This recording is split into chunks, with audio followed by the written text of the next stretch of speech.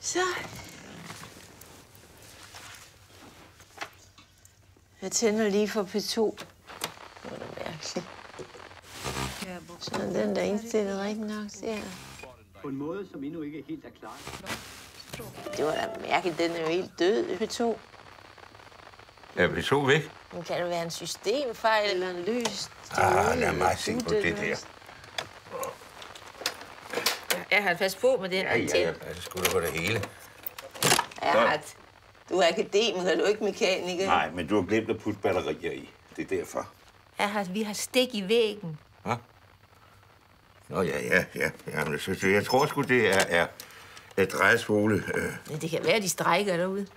Ja, sådan. Må man så se. De er blevet så politisk derude. Det kan da sagtens være. Det har jeg gjort før. Ja, lad nu mig ordne det her, ikke? Det skal lige renses.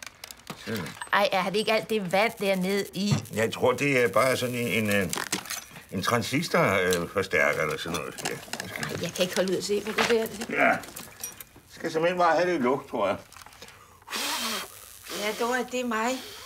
Nej, jeg skal bare høre. Kan I tage P2? Aarhus Store eller andre, kan de heller ikke høre noget. Hvad? Så er det jo noget atmosfærisk, eller? Hvilket?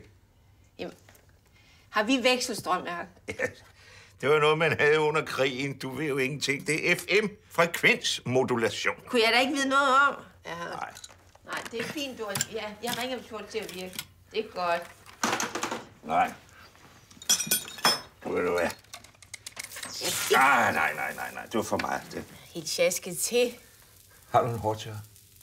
Hvad skal du med en hårdtørrer? En hårdtørrer, siger jeg. Min hårdtørrer? Vil du bruge min hårdtørrer? En hårdtørrer? Skal det vand op? Ja, tak. Sådan. Du skal ikke skrue den op på 3. Det er små søm og skruer. Ja, hvor er kniven? Kniven. Sæt ned på 1. Kniven! Den ligger lige der foran dig. Du skal da ikke stikke, Erhard. Du stikker ned i... Skulle du ikke lige hjælpe dine forældre med at finde P2 igen?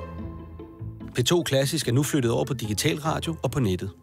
Læs mere på dr.dk/P2-flytter. Lorte radio.